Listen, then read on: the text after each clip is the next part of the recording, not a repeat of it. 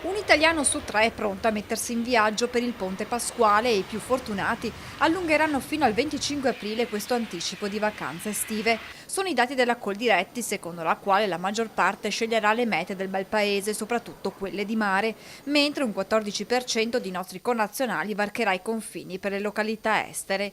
In controtendenza i trevigiani, almeno quelli che abbiamo incontrato, in maggioranza infatti coloro che trascorreranno Pasqua e Pasquetta nella tranquillità della propria città. Le feste saranno a casa.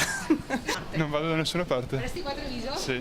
No, resto a casa. Quando c'è tanta gente che va in via, io preferisco sì, una casa bella grande, un bel giardino. Con felicità a lavoro, come vedete alle mie spalle, come tanti commercianti qui in questa bellissima città di Treviso. Purtroppo i negozi devono rimanere aperti per dare sfogo appunto a tutti i turisti che arriveranno. Pasqua per tutti in famiglia e chi decide di organizzare qualcosa, magari tra amici, lo fa a Pasquetta e rigorosamente scegliendo una destinazione fuori porta. Sul Montello.